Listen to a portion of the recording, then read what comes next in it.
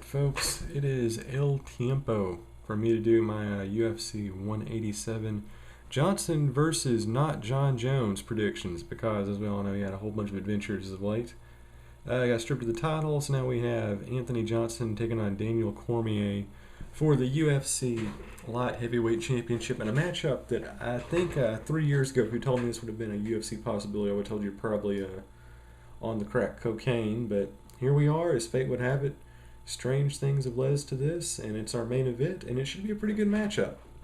Now, the thing is, me when I make predictions, I just don't fly blindly. I actually tried to do some statistical analysis here, so I got my little handy-dandy chart here kind of showing you all the different metrics I use to determine my picks for these UFC prediction shows.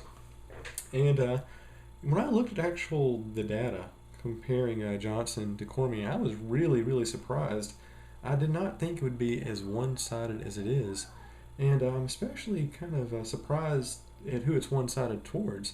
If you look at pretty much every viable metric of data that we have, things like height and reach, and things that are a little bit more indicative of how a fighter performs, things like striking accuracy, striking defense, takedown offense, submissions per minute, or submissions per round, I believe. Sorry, I don't want to confuse those two.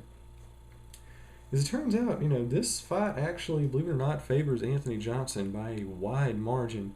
And looking at actual fighting data here, he's got a better striking defense, surprisingly better takedown offense, although that last fight against John Jones probably kind of throws things for a loop for Mr. Cormier. Johnson better at submissions, better at takedown. Actually, no, Johnson is better, not Mr. Cormier.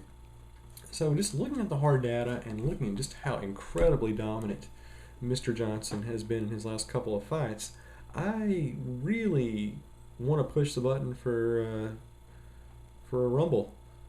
Even though kind of going into this fight, when I said I was going to make predictions, I'm like, okay, I'm going to go with Cormier because it's a very solid, it's a reasonable to sound pick, because Cormier, he's a great fighter.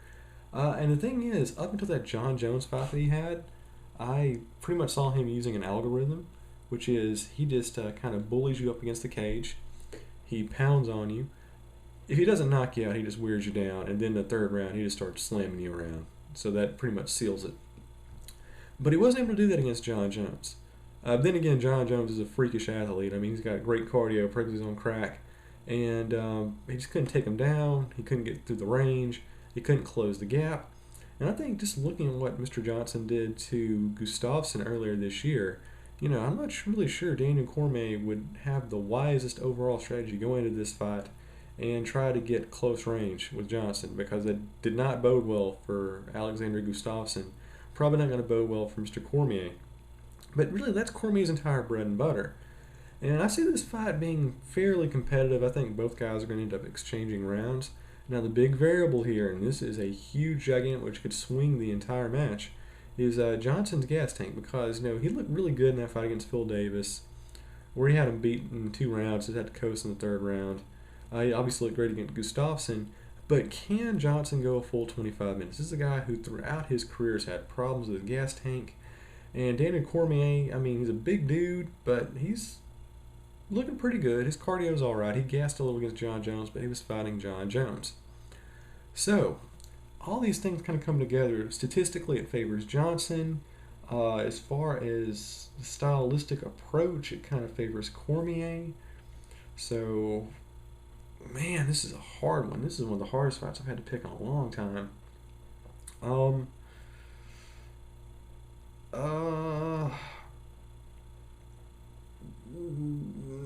gonna have to go with.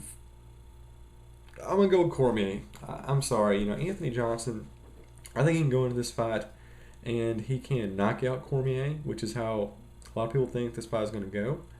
If he gets in close, he can finish it early and do what he did to Gustafsson.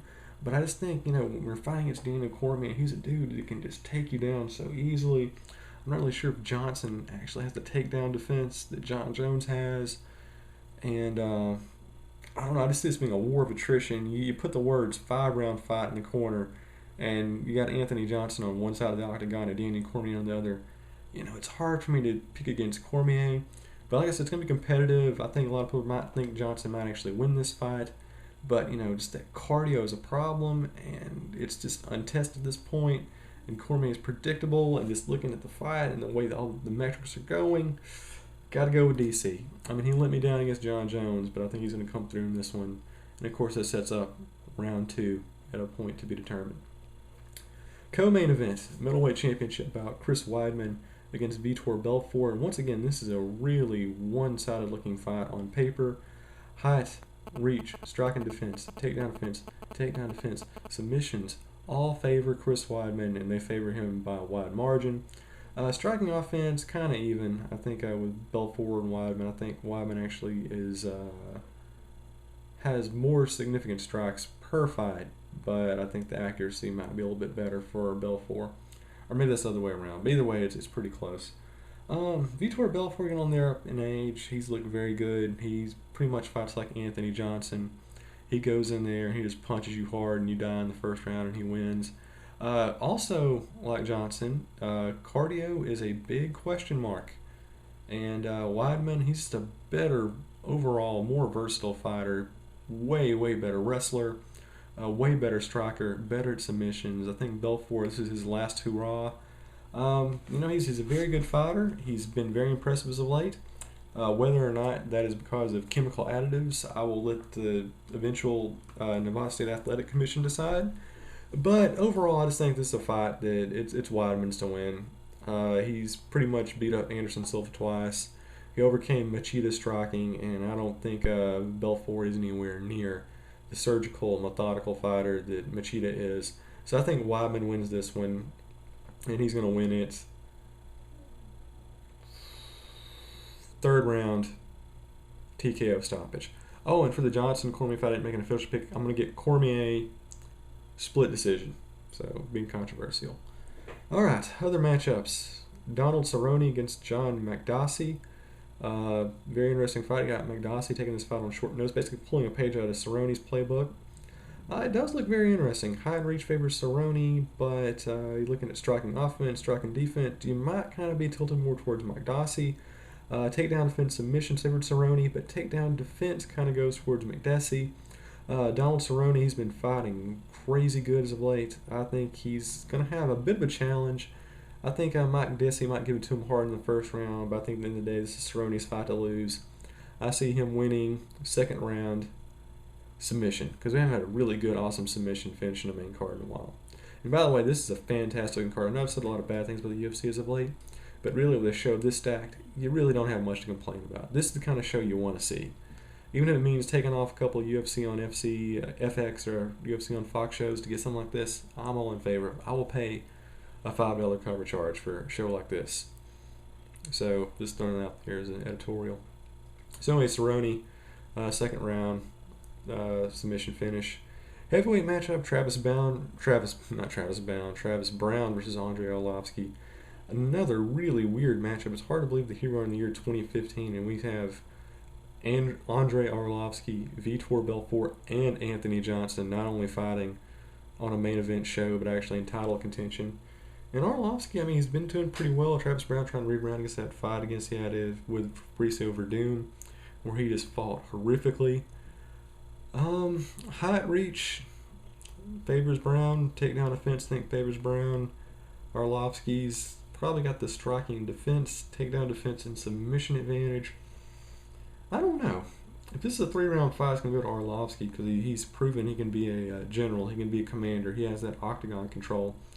But before Travis Browne had that fight against Fabricio Verdum, he was knocking dudes out. I mean, he was going in there getting KO finishes like crazy.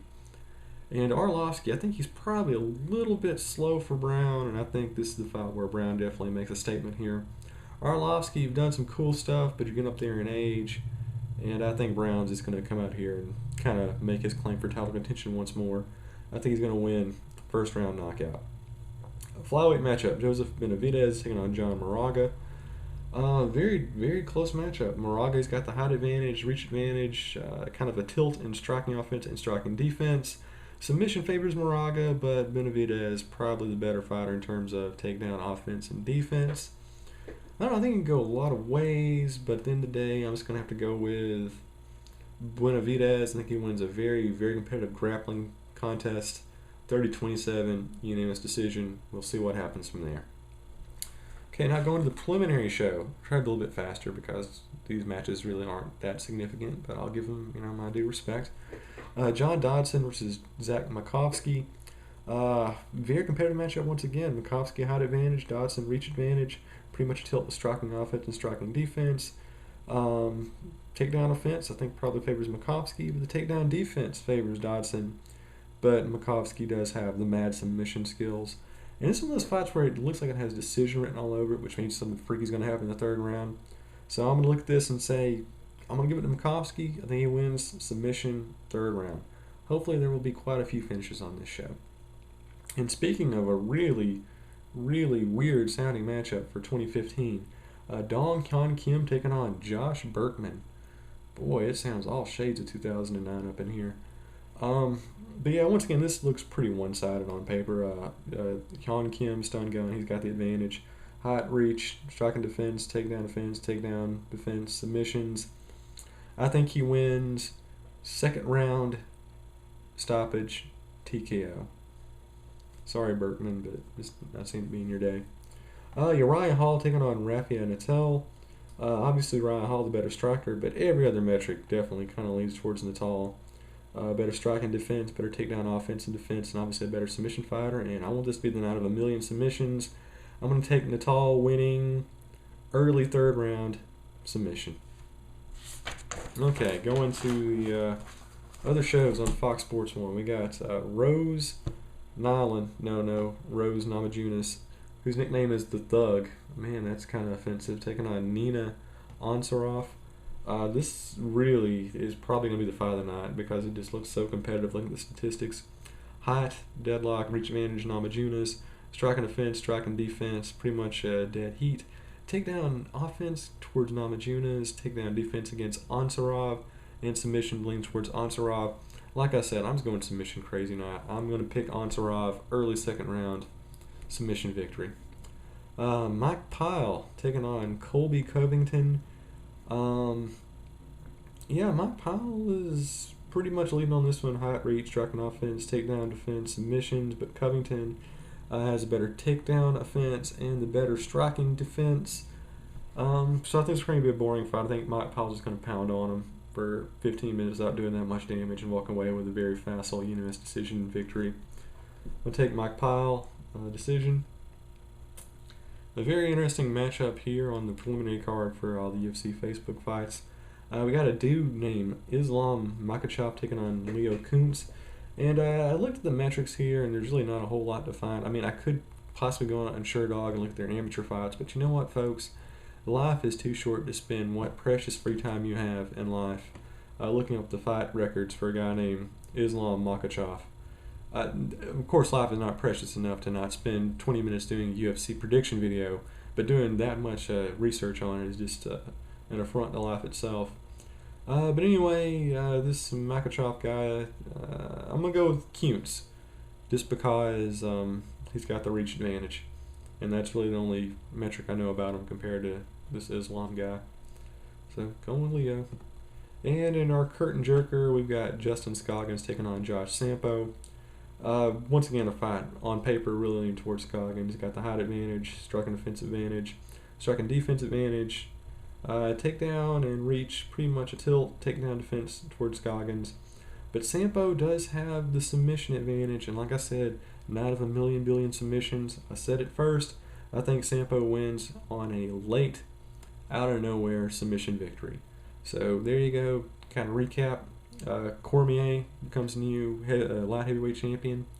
Chris Weidman retains, and hopefully Andre Arlovski gets knocked the bleep out. So there you go. UFC 187, one of the best looking shows we've had in a long time. Probably won't actually see it first run, but I'll try to do my best to kind of catch the best matchups later on. And hopefully this is the beginning of a great summer of UFC fights. Can't wait for all the other shows we got coming up. Velasquez and Verdum. We got Aldo taking on McGregor, and should be some interesting stuff coming up later in the summer too. So stay tuned, and I'll be seeing you at the cage very shortly.